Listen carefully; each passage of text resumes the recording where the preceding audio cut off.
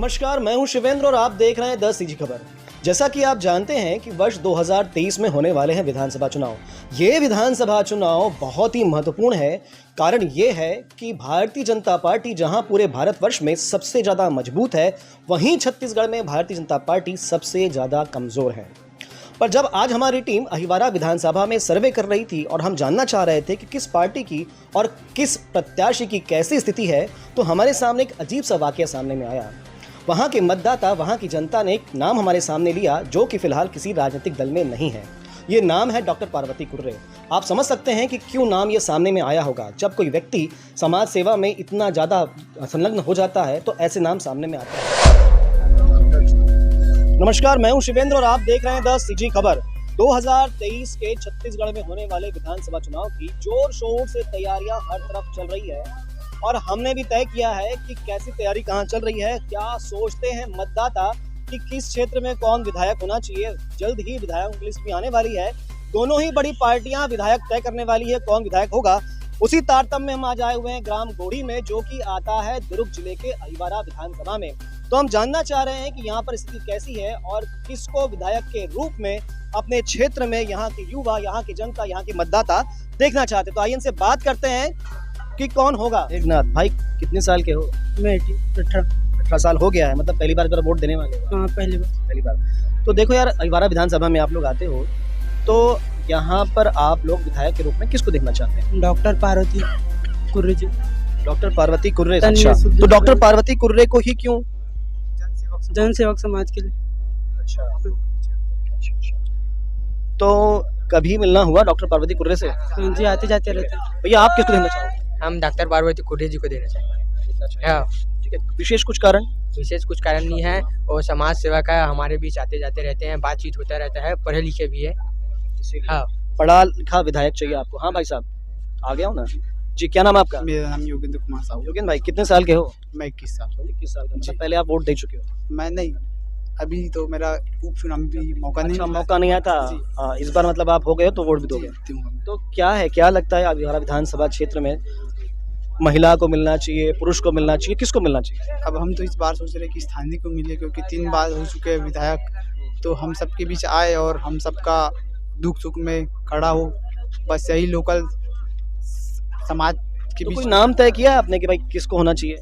अब सभी का आए, इस बार महिला को दिया जाए और डॉक्टर पार्वती कुर्रे दीदी को दिया जाए। ऐसा। तो अभी और क्षेत्रों में जाएंगे और वहां से जानना चाहेंगे कि लोग क्या सोचते हैं अपने विधानसभा चुनाव के बारे में, अपने विधायक के बारे में, कि किसको विधायक प्रत्याशी के रूप में कोई पार्टी। पर हमारे मन में ये बात आई कि हम आपको बताएं कि कौन है डॉक्टर पार्वती कुर्रे और हम भी उनसे जरूर मिलें। तो आज हमारे साथ में खास मुलाकात में है डॉक्टर पार्वती कुर्रे। इनसे जानेंगे कि कैसी स्थिति ये बन पा रही है। तो मैडम, आपने 10 सीजी खबर को समय दिया, इसके लिए बहुत बहुत धन्यवाद। नमस्कार। तो ये शायद आपको जानकारी है या नहीं है, हमारे सामने तो वाकया आया कि कुछ लोग, युवा खासकर अहिवारा विधानसभा क्षेत्र से आपका नाम ले रहे हैं। तो क्यों ऐसा, क्यों ले रहे हैं आपका नाम? सबसे पहले आप सबको नमस्कार। और जहाँ तक आप जो बोल रहे हैं उसमें मैं कहना चाहूँगी कि अभी तक मैंने किसी राजनीतिक पार्टी को में प्रवेश नहीं किया है। मेरा काम सिर्फ समाज सेवा का है। मैं अभी तक समाज सेवा करते आई हूँ और मेरा ये मानना है कि सबसे बड़ा कार्य समाज सेवा है। और मैं क्षेत्र में, चूँकि अनुसूचित क्षेत्र है अहिवारा का क्षेत्र, तो वहाँ पर हमारे समाज के लोग काफ़ी संख्या में हैं, तो सामाजिक कार्यों में मेरा वहाँ पर आना जाना रहता है। साथ ही महिलाओं के साथ में मेरा विशेष लगाव है और मैं चाहती हूँ कि महिलाएं काफ़ी आगे बढ़ें, गांव की महिलाएं भी आगे बढ़ें। तो उनके लिए मेरा एक प्रयास रहता है कि मैं उनके लिए कुछ अच्छा करूँ, कुछ सोचूँ, या उनको कुछ प्लेटफॉर्म यदि नहीं मिल रहा है तो उनके लिए मैं प्रयास कर सकूँ, ऐसी मेरी कोशिश रहती है। और दूसरी चीज़, हमारे देश का, हमारे समाज का आधार स्तंभ युवा है, तो युवाओं को आगे बढ़ाने का काम हमारा ही है।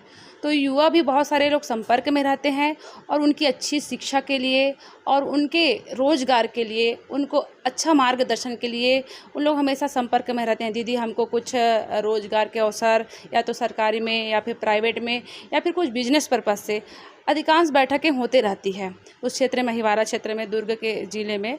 तो युवाओं के बीच में अच्छा जो है बातचीत और बैठक होते रहती है, तो हमेशा मेरा मार्गदर्शन रहता है कि आप लोग आगे बढ़िए, और यदि कहीं कुछ समस्या होती है तो उसमें हम कुछ सहयोग कर पाएंगे। तो वही चीज़ मैं जो है कंटिन्यू काफ़ी सालों से कर रही हूँ, करीब 10 साल हो गया समाज सेवा से मुझे जुड़े हुए, और मैं सोचती हूँ कि समाज सेवा से बड़ा पुण्य कुछ नहीं है। तो शायद हो सकता है किसी ने आपको नाम लिया हो उधर। अच्छा, एक बात बताएं, वैसे तो अभी आपने किसी राजनीतिक दल को ज्वाइन नहीं किया है, पर आप क्या सोचती हैं, क्या राजनीति एक सेवा का माध्यम होना चाहिए या स्वार्थ का? क्योंकि आजकल देखने में आता है कि अधिकांशतः लोग स्वार्थ के लिए राजनीति करते हैं। आपकी सोच क्या है?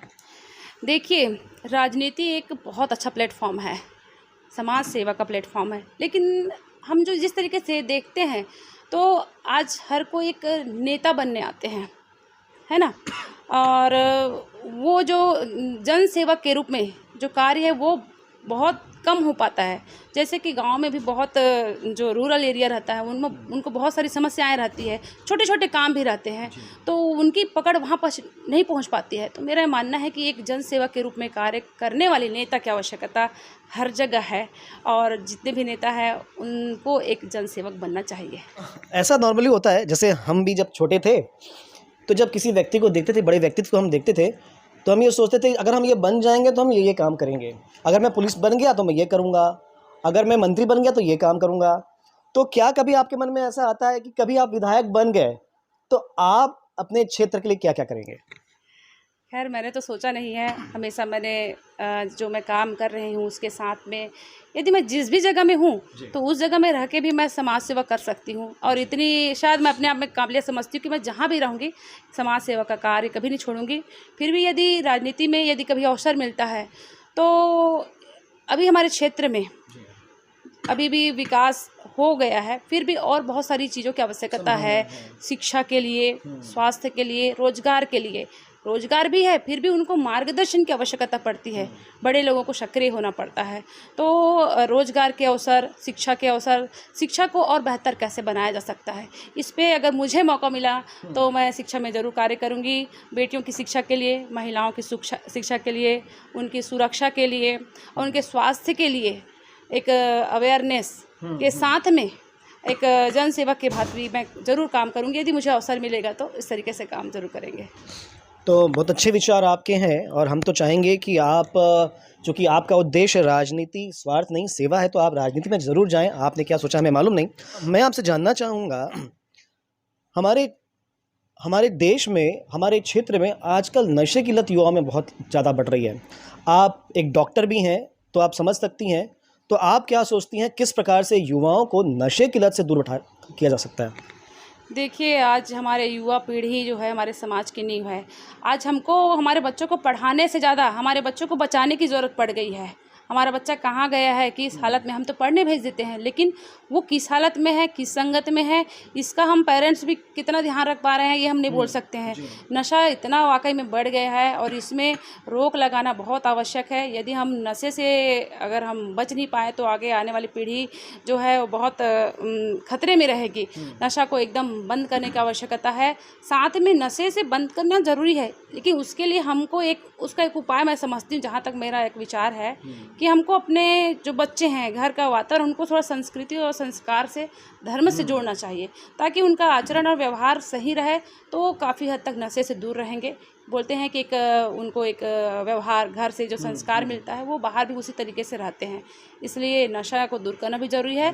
उससे बचने के लिए धर्म और संस्कृति को बढ़ावा देना भी बहुत आवश्यक है। ये प्रश्न मैंने आपसे जानबूझ के लिया था क्योंकि मैं जानना चाह रहा था कि आपकी सोच क्या है। आपकी सारी सोच जो है पूरी समाज सेवा से संबंधित है। तो आखिर ये समाज सेवा का इतना ज़्यादा, जिसे कहते हैं भूत सवार होना, तो आपके मन में कैसे आया? कहाँ से ये संस्कार आपके मन में आए कि समाज सेवा के लिए आपको अग्रसर होना है? देखिए, मैं जहाँ से बिलोंग करती हूँ, मेरे पापा भी पहले वो राजनीति में नहीं थे, लेकिन उन्होंने जीवन भर समाज सेवा किया। और समाज सेवा मैं जहाँ तक समझती हूँ उसके लिए बहुत ज़्यादा हमारे पास रहने की आवश्यकता नहीं है। हम जहाँ हैं, अगर बोलते हैं हमको देने की इच्छा है, तो हमारे पास जितना है उसमें भी हम बहुत कुछ कर सकते हैं, और अवसर मिले तो बहुत और अच्छा कर सकते हैं। और मैंने सिर्फ नेता बनना, विधायक बनना, ऐसा मेरा कोई उद्देश्य नहीं है। एक समाज में रहकर एक अच्छा कार्य करना उद्देश्य है।